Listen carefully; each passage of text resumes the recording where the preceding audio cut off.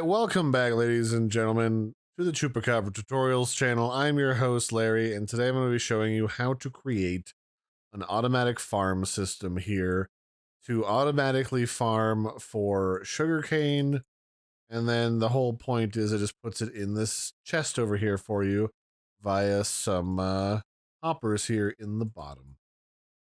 So for this to work, you're going to want to grab like a hopper, a chest, like 4 pistons, some observers. Really, just you can make this as big or as small as you want. You can make it 1 by 1 or like 1 by 16 if you want. It really doesn't matter.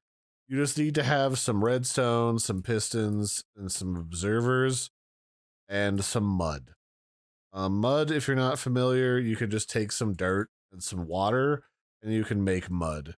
You can also find it inside of a mangrove if you want as well. So we're going to come over here. We're going to plunk down a chest. I'm going to set off to the side here like 5 hoppers.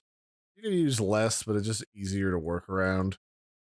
And then we're going to grab some mud, and we're going to slap this mud on top of... Oops. We're going to slap mud on top of 4 of them. From there, I'm going to grab some bricks. You can use whatever you want. It's just there for decoration purposes.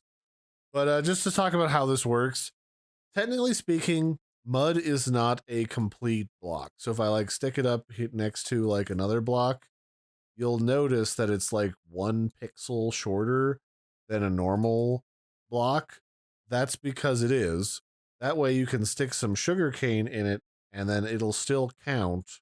That way you can stick some sugarcane in it and it'll still count as a partial block, which means that these hoppers can suck items through it. Otherwise, you'd have to use a hopper in a minecart in order to do the exact same thing.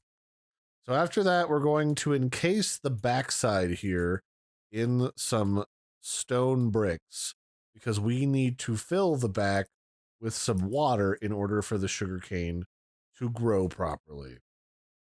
So we'll just put 3 buckets worth of water, 1 on either side and 1 in the middle, in order to create some source blocks. And then we'll be partially on the way there. Next, we're going to go ahead and craft up. Well, we need to put like a layer of bricks over top of that water. That water is just there to feed the sugarcane. Then after that, we're going to place our pistons. And then we're going to place on top of our pistons, we're going to place our observers. The whole thing with the observers is they monitor for changes in the blocks. So if there's a state change in front of them, they trigger a redstone signal. In fact, we can just delete these blocks down here and put them right here. And then we're going to set a line of redstone there. So every time these observers detect anything growing up in front of them, it'll trigger all 4 of these pistons and it'll reset all of our sugarcane back to 1. Now I'm going to slap down our sugarcane. And from here, it's really just a stylistic choice how you want to encase this creation. I'm going to select and put some more stone bricks along the sides, but you can put like some logs to decorate it, or you could also use some nether brick, whatever really floats your goat. It's up to you. And then I'm going to surround the entire thing in a sheet of glass so that it's self-contained, and when the pistons go off, it doesn't trigger anything to fly out and avoid the hoppers. And then that there, in a nutshell, is your entire thing done. Now, if you really want, you could put like some trapdoors down here to cover things up.